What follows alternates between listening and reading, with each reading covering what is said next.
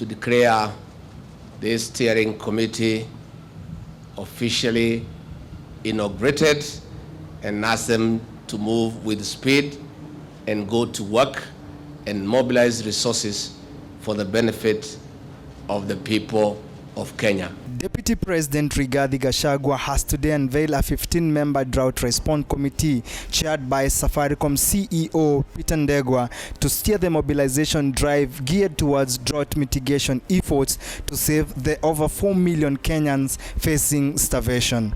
Expert advice at this time, it tells us that we are looking at an unfolding humanitarian catastrophe, not just in Kenya, but also the larger Horn of Africa region, because of 4 consecutive failed rain seasons.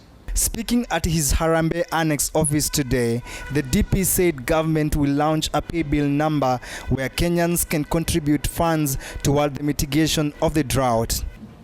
That is why we as a government are making a special appeal to all Kenyans and various stakeholders who support us in saving the lives and livelihoods of our people.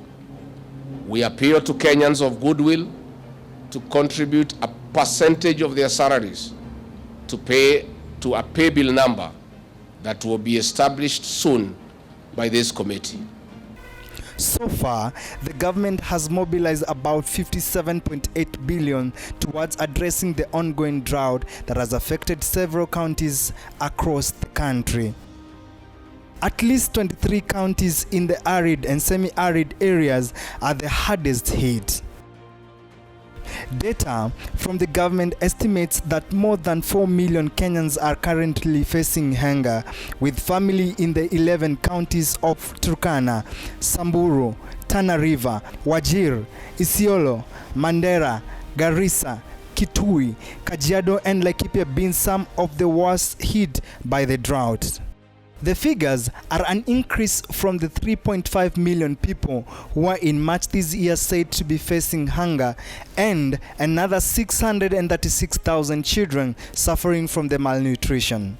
An additional 942,000 children are also facing malnutrition across the country according to the government data. Beside the lack of rain, the government has also blamed the current hunger crisis to the 2-year COVID-19 pandemic that have shrunk the economy. Yesterday, Gachagua said that the government intends to raise more funds through the task force with the aim of addressing the short and long-term effects of the drought. We cannot overemphasize the need for more resilience, building investments in drought-prone areas to enable communities to cope with and bounce back better from drought and other climate shocks. This requires enhanced budgetary support from both levels of government, development partners, and public-private partnerships to unlock the full potential of the ASAL region. The DP said that part of the plan will include the distribution of food to the affected families, cash transfer program, as well as other long-term projects aimed at addressing the effect of global warming. He also appealed to Kenyans to heed to the call by the government and contribute part of their income through the pay bill number set to be unveiled by the steering committee to help the affected families. Now, more than ever before, we need to rekindle our spirit of Harambee and be our brothers and sisters keepers.